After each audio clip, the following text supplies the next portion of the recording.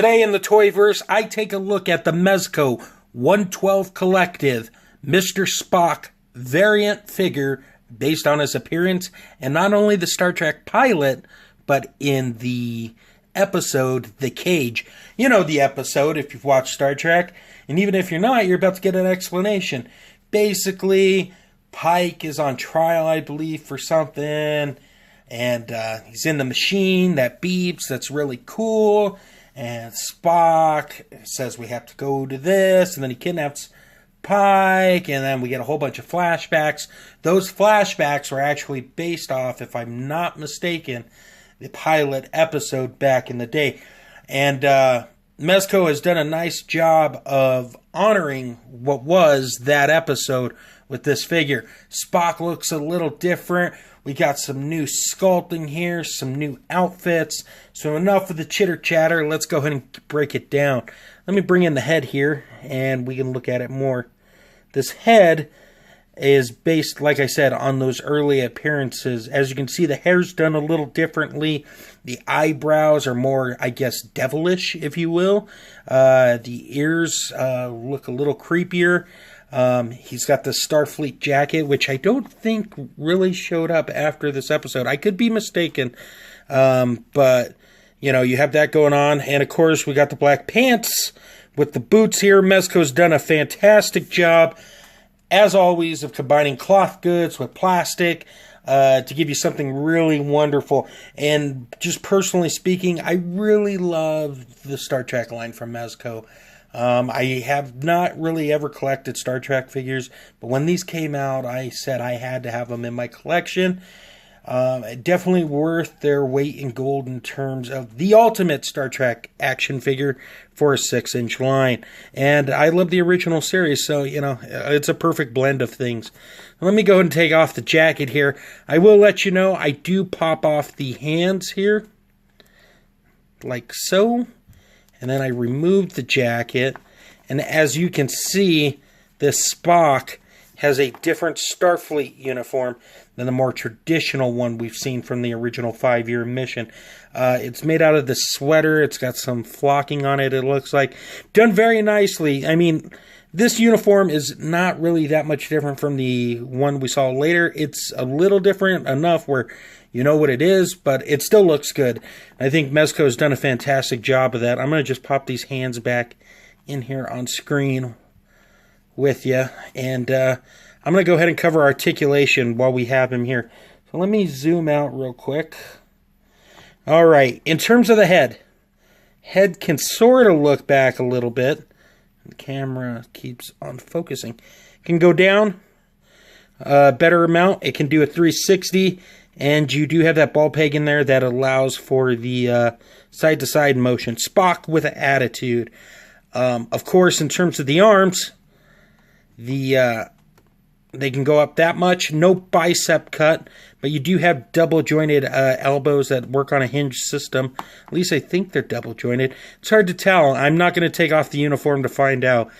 He does have ball pegs at the hand that swivel and hinge, so great range of motion there. In terms of the upper body, Spock's got a diaphragm joint that allows him to look down that much and go back a fair amount. And then we have the double ball peg system here, which even allows for more range of motion. So Spock can look down and back a fair amount. He does have a waist cut right there, excuse me. In terms of the legs, Spock can do the splits that much. And in case I didn't cover it, he can go 360 with the arms, so out and in motion, no problems there. He does have a thigh cut at the legs here that give you a better range of motion. Double jointed knees that work fantastically. He does have a boot cut, and he does have a ball peg at the foot that allows the foot to go down that much and go up a fair amount, and you do get some ankle pivot action there. So all in all, very good articulation considering the fact this thing has cloth goods on it, combined with the fantastic sculpt, makes this thing very eye-pleasing and fun to mess around with. So that's going to cover articulation and sculpt, like I've said. Let's go ahead and stop it here, and we'll talk about the accessories and go from there. Alright gang, let's talk accessories here. So let's zoom in here so we can cover the first part here. And let's adjust the camera. So, on the actual display itself, yes, it is a blue display with the initial logo design for Star Trek, the series. But we have an old school style phaser before they upgraded it. We have the communicator that predates the one we saw in the original 5-year journey. And that opens up and it's done in this clear, translucent plastic. And it has detail. Mezco has paid the littlest attention. And this reviewer appreciates that. I'll just bring in the ray gun so you can see it. Sculpted and painted very nicely. Next up, we have 6 set of hands total, including the 2 hands that came on Mr. Spock. We have some relaxed hands, we have some trigger hands, we have some fist hands to knock out evil aliens all across the universe. Also included here is the jacket, which I am bringing up again. I am counting it as an accessory. And we have this belt fastener thing that Spock wore on the show. It just clips on. Oh, the camera's not working with me. Just clips on like so. Voila. You know, it's done very nicely. And I'll zoom out for a moment. Extreme zoom out. I'll unclasp it. And I'll put it on Spock real quick here. Like so. And sorry for bumping the camera. You slide that over. Even though you guys can't see what I'm doing. Because I'm a noob.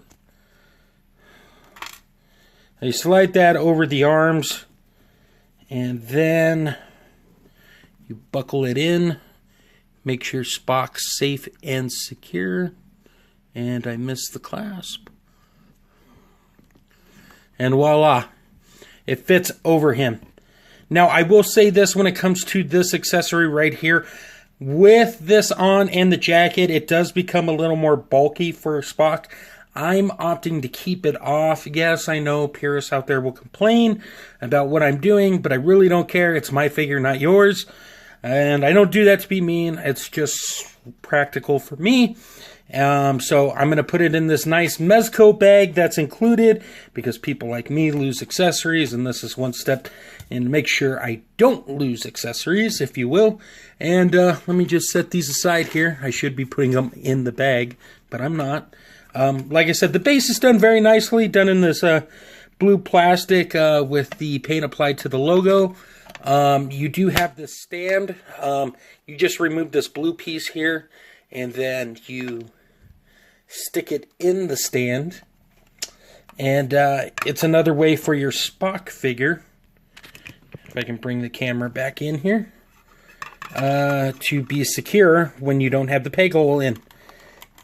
So, very nice. No complaints on that end. It's not the greatest amount of accessories, but I definitely works because, after all, this guy is a pilot figure and used in a flashback episode, so he doesn't need a ton of crap. So that's going to cover all the accessories. Let's do a size comparison and call it a day. Alright folks, here we are doing something a little different with the size comparison. Obviously, on the left of your screen, you see the classic Mr. Spock that we all know and love. And on the right of the screen, we have the Cage/Pilot Spock. And the transformation from pilot to original 5-year mission is definitely unique. Subtle differences that really help make Spock stand out a little more. I actually do prefer the 5-year version Spock over this one. I think this is a fantastic piece in any collection, and one that you'll surely be happy with, to say the least. Now, I picked this up for a great price online. Everybody still has plenty of these in stock. I know Big Bad Toy Store has it in stock. You know, if you're a fan of this character, if you're a fan of Star Trek, especially original series Star Trek, go out of your way to get it. I was kind of on the fence when I ordered it, but now I look at it, I'm really in love with it. It offers something a little different with my standard Star Trek figures. So, hey, that's always a plus. So guys, that's going to do it pretty much for the review. Thank you as always for stopping by and clicking on the video, and appreciate it. Shout out to the friend of the show, DTKC Show, for always giving us a shout out every Monday night. Please check out some of the other fine folks that make this show work, be it extreme-sets.com, Big Bad Toy Store, Undercover Capes for all things geekery. And please, if you are a fan of toy photography, head over to Instagram, use the hashtag ToyLoverCrew, and throw us a follow at ToyLoverCrew as well. You're going to enjoy the fantastic photos that are online there. I'm posting all the time. You've heard the spill. You know the deal by now if you've been watching the channel. So, thank you guys as always. Stay tuned at the end for a slideshow. And until next time, great googly moogly.